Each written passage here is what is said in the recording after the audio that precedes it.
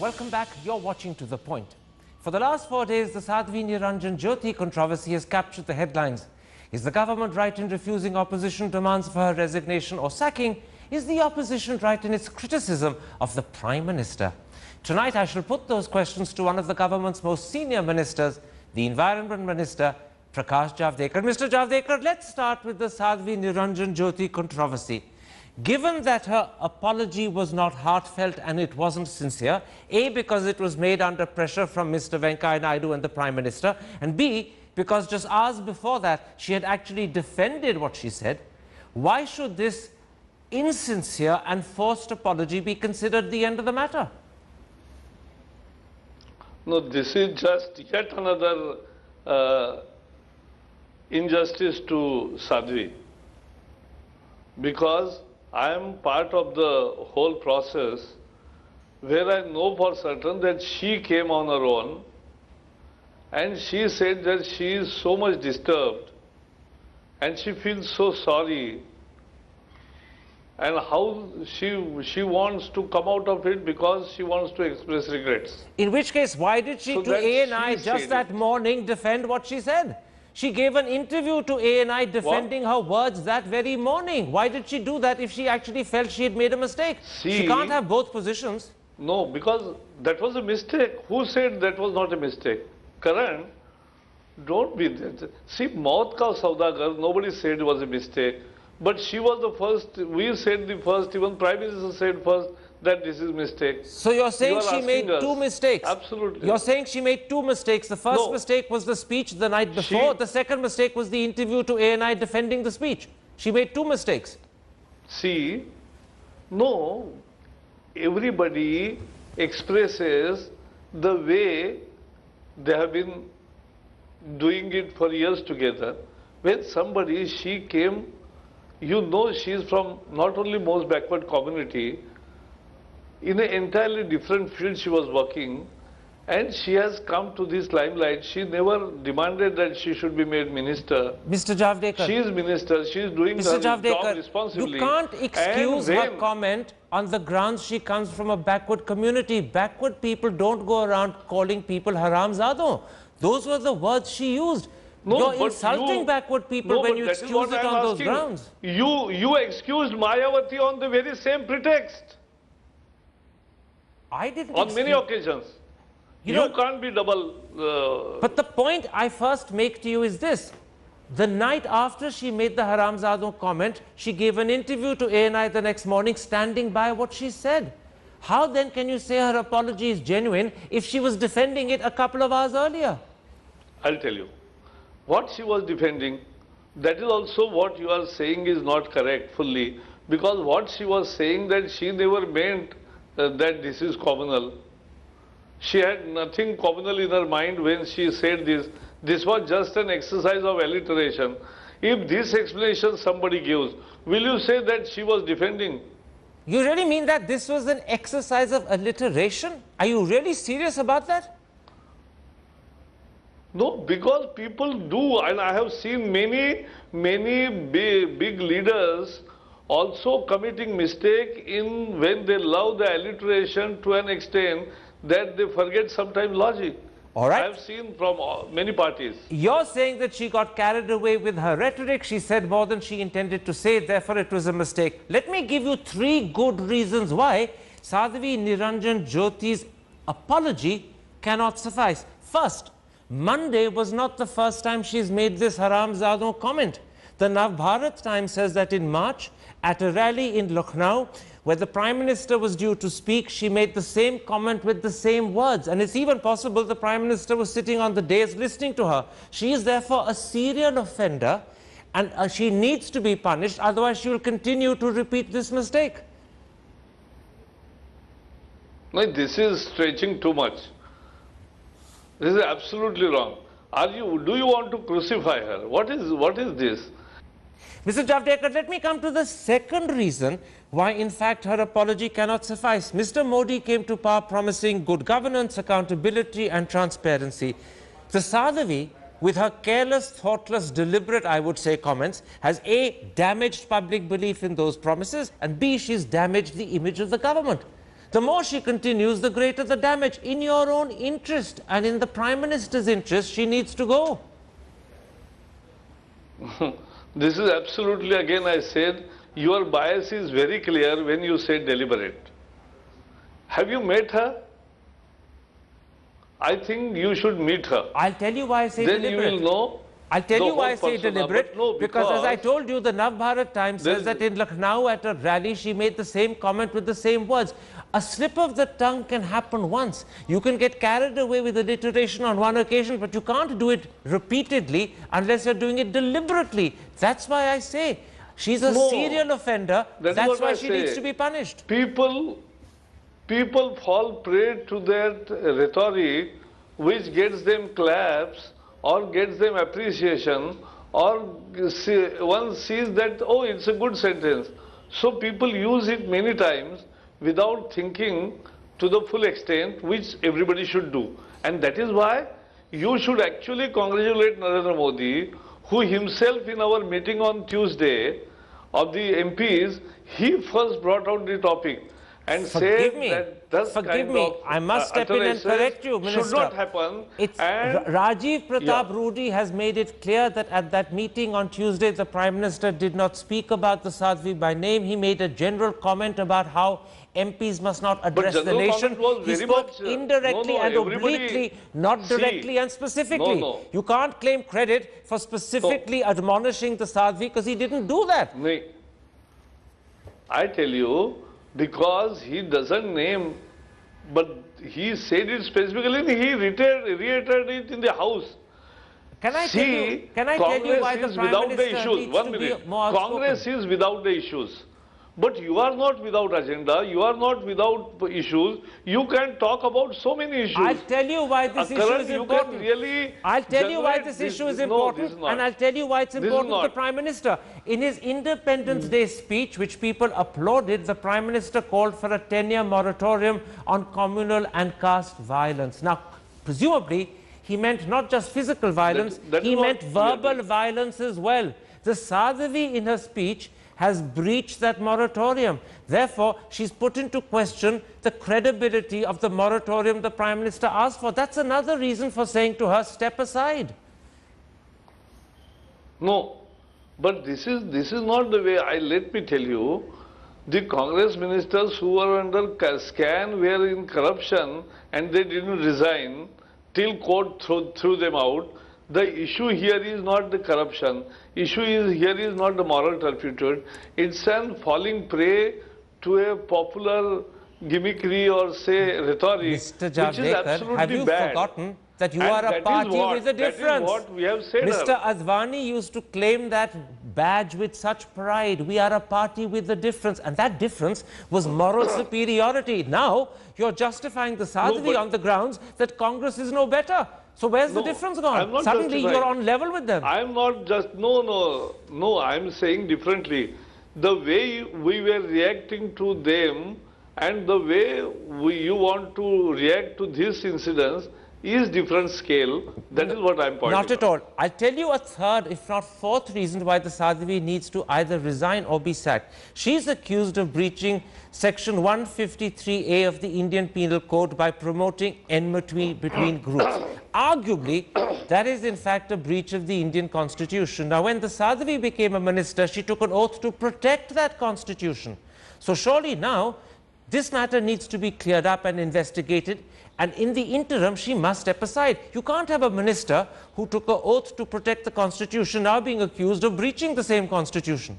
And that's another reason she should step aside. No, I don't agree with you. And on every issue, we need not agree. Let me tell you very clearly that Congress has lost the plot. They have not only lost election, but they have lost the will to even fight on right issues. They can raise right issues, there is a place. But since there is no issue, Lok Sabha was functioning normally because there we have the majority. Here in Rajya Sabha, they have upper hand as far as numbers is concerned. Minister, come back to the Sadhvi. This is an important issue. Rajya Sabha. Well, you gave them the opportunity to block the Rajya Sabha. Let me put this to you. So when the Sadhvi said that those who don't vote for the BJP are haram zado, she was talking about something like 69% of India. Only 31% voted for you in the national No. elections. Is she really claiming, and No. are you standing by the claim that 69% of the country, because they don't vote for BJP, are haram zadon? Those were her words. And that's what you're defending No. when you say she mustn't resign. See, no, 1 minute. See, Karan, this is the difference comes because I don't know whether you have stayed in rural areas or not. I have lived through in villages only. From my first standard to 10th standard, I was in Jilla Parishad school. So how people say, this connotation has no communal connotation when people say it within their families, within their community, within their gully, say this is bad, this should be avoided. That is my sense always tells me, and that is why we Okay. never say so. The issue is that we must take things in proportionate. You know, we must think Can I put this to you? context and I in want proportion. I want to sum up this discussion about the Sadhvi and then move to other things. But I Yes. want to first put this to you. I've given you 4 reasons why her apology doesn't suffice. The first was that this is not the first time she's made this mistake, as you call it. She said the same thing in March at a rally in Lucknow. She used the same word, haramzado. That you disregard. I put it to you that she's damaging good governance and the promise of transparency. That you disregard. I put it to you that she's breaching Section 153A of the Indian Penal Code. That you disregard. I put it to you that she's making a mockery of the Prime Minister's Independence Day call for a moratorium on violence. That you disregard. There are 4 good reasons and you disregard them all. No, there are 4 good reasons as you are preaching, but I don't, because 3 things. One, because yes, Prime Minister's, the very 15th August speech and its tone and tenor is breached. Yes, we accepted it and that is why we condemned it. We said it is unacceptable and that is why she also felt like that and she asked apology. She has not said that withdraw the FIR. She is ready to face the law and everybody will have to. So there is nothing remains now. All right. Let me put this to you. The issue now is the problem in the Rajya Sabha which is paralyzed. It's been paralyzed for 4 days. If you're not prepared to accept the demand for a resignation, if you're not prepared to sack her, why do you have a problem with the suggestion from the combined opposition for a resolution condemning hate speech without naming the Sadhvi and without naming anyone else? Why do you have a problem with a general resolution question. condemning hate speech? Yeah, good question, Karan, because that gives me opportunity to really what has happened behind and what has happened up front. The thing was that all opposition parties were demanding for first 3 days that here Prime Minister should come and he should express unhappiness, condemn and then regret. He did it to their demand and because he always felt like that. But when he said now they are upping their ante and demanding something else. If you pass resolution, they will say something more different. So you can't go on like this. Just a moment. They What want you're to saying do to me, politics. what you're saying to They me, can Minister, go. is very important. You're actually suggesting that the reason you have not agreed to this demand from the opposition for a resolution is because you don't trust them that the resolution will be the end of the matter. You think after you agree to the resolution, they'll make a further demand. So what you're saying is you don't trust the opposition to keep their word. That's what you're saying. No, I just said as a member of Rajya Sabha, because now I am not Parliamentary Affairs Minister, so Parliamentary Affairs Ministers know very well what are the nitty-gritties, but the issue is here very simple. As a member of Rajya Sabha, I always feel that what Congress and others were demanding, now they have changed that midway, and now after Prime Minister's explanation, they are demanding more. If many people feel that if you do that, they will still demand more, You know, because if somebody wants to play politics out of it, let You know, everybody is free to you do may that. be theoretically right that this is just the first demand. If you give in to this demand, they'll demand more. On the other hand, if you don't give in to this demand, and at the moment you've refused it, the House will not function on Monday. Your critical legislation like the Why insurance you bill, say the so? coal block ordinance and the GST will not get passed because the opposition are saying so. That's why No, I'm saying I don't so. think so. No, but I don't think so because I believe in collective wisdom, and I hope that this Saturday, Sunday will collective wisdom will prevail on Congress and others, and there will be a smooth functioning on Monday. Let me put this to you. Many people ask a question about the Prime Minister's attitude to the Sadhvi, and they ask this: why is the Prime Minister protecting the Sadhvi rather than A, upholding the principles he claims he stands for, and B, defending the image of his government?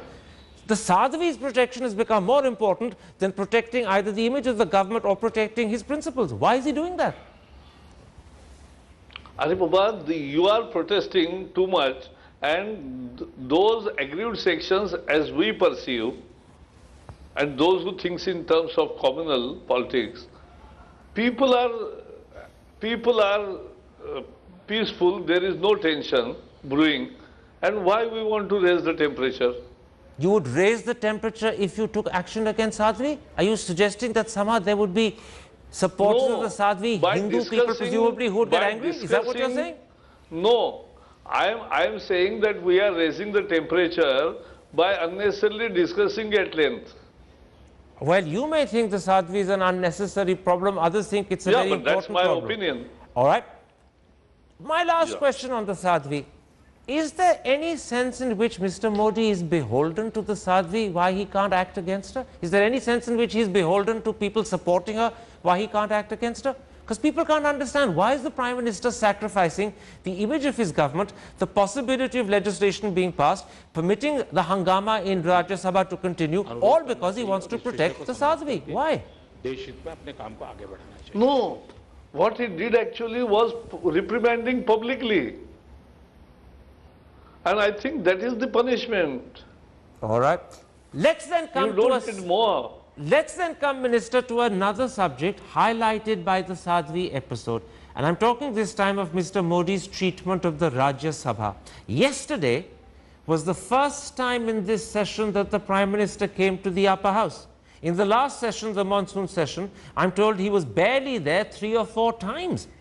To many people, this looks like deliberate disregard of the upper house. No. This is audacious, and this is not correct, because very simple fact, he came from Nepal, immediately went to Jammu Kashmir and Jharkhand for the first 2 phases. Now last 2-3 days he was here, now he is again into campaign, and he will continue for 10 days in campaign in both the states. I'll tell you So why that your will answer be doesn't there. work. So I'll tell you why your answer doesn't work. Why? I'll tell you why your answer doesn't work. Yesterday, Anand Sharma, the deputy tell me. leader of the opposition in the Rajya Sabha, said that for 2 days, the Rajya Sabha was paralyzed because members were demanding that Mr. Modi come and make a statement about the Sadhvi. Mr. Modi was present on the premises of Parliament, but refused to come to the Rajya Sabha, even though the majority of the Rajya And Sabha when he membership came- was asking for him to come. And the question is why? When he's present on... absolutely, you have come to a right point. Because this exposes Anand Sharma thoroughly and the Congress thoroughly. Because they were saying that 2 days have happened, we are demanding only Prime Minister should come and explain. He came, he explained. He didn't and they come, said he this came is the not next enough. day. This is absolutely... He came the next day. came- Why did he not come for the first 2 days when he So- was so on the... what? He was in the premises. No, but he what was in is his this? office in Parliament. It is not a... And Baba, Parliament is not where they will just make a demand and immediately everybody is rushing. That won't happen. Mr. Javadekar, have you forgotten the grand gesture the Prime Minister made when he entered Parliament for the first time as an MP? He knelt down and kissed the floor. He called Parliament the Correct. temple of democracy. Now, when a majority how of the he is members, behaving. now when a majority of the members of the Rajya Sabha ask him to come and he refuses repeatedly to go, it makes people think that that act of reverence may have been hypocritical. On what issue? Is it the issue which is really burning, and is it firing on the or any other Maoist attack or a real security threat and some problem? No. They are indulging into worse kind of communal politics. Well, 70% And, of India had do you allegedly expect been that called we should Haram go Zadeh ahead? by the Sadhvi, and that's why Rajya Sabha was worked up and angry, and the Prime Minister didn't think it was sufficient to go into the House, even though he believes it's the temple of democracy. And the contradiction in his stand is what I'm talking about. You No, don't it think is it's not contradictory? contradiction. This is the honesty. This is the honesty of the Prime Minister in his thoughts, action, and he is never he is never hypocrite. Let me And then he believes and he does what he believes. Let me then put to you a bigger point the opposition makes about the Prime Minister. They say even when he's present in the Lok Sabha, Mr. Modi is silent. They say he's made more speeches in foreign parliaments than he's made in his own parliament. How do you respond to that? No, this is absolutely again, when Prime Minister made 2 speeches while replying to the President's address and the whole discussion, he without any reference, he spoke his heart, and that stirred That the was nation's as far conscience. back as He is July. doing it through 1 That minute. was as far back No, as but that's what July. I'm telling. But 6 1 months minute, have passed. after that also he has made interventions when needed, but when the team of the ministers is doing good, it is not a case of Manmohan Singh where half the ministers were not listening to him. Can I put this to you? How is it that the Prime Minister has so much to say outside Parliament and so little to say inside it? This is a Prime Minister who is a great communicator. He's always talking outside Parliament. Why is he unable to talk inside Parliament? Why is he silent inside Parliament? No, he is not unable. He speaks when it is needed. But how come he doesn't think it's needed at the moment? Surely there are so many critical issues You on can't which he should be decide speaking. what. You can't, Karan, you can't decide what is needed for Prime Minister to intervene. No, of course I can't, but I can point out, At I can least you will point out give a that. strange You will give. paradox. I can't decide when the Prime You Minister will speaks. give that freedom to him. I can point out a paradox. People say it as a joke today, but they also want to know why is he imitating Dr. Manmohan Singh's silence. Once upon a time, the Prime Minister used to call Dr. Manmohan Singh Mohan Singh because he was silent. Now, people will begin to talk about Mon Narendra Modi because Narendra Modi, like Manmohan Singh, is silent. Why is he imitating the worst of Manmohan Singh? No, I don't think he is silent. He is speaking out every day. On the other hand, now Congress are saying that how to reply because he is, and many columnists are writing that it is difficult to follow him because he goes so many places. All right. He is so energetic and so many. We've lost Mr. Javadekar at that point, but anyway, he was more busy, it seems, swatting flies than answering my question. Clearly, the Minister has a different set of priorities to mine. I'll leave you there, Minister. Thank you very much for speaking to me. And there we end this particular episode. Thank you once again. You have been. Thanks for watching. Goodbye, good night. Have a great weekend.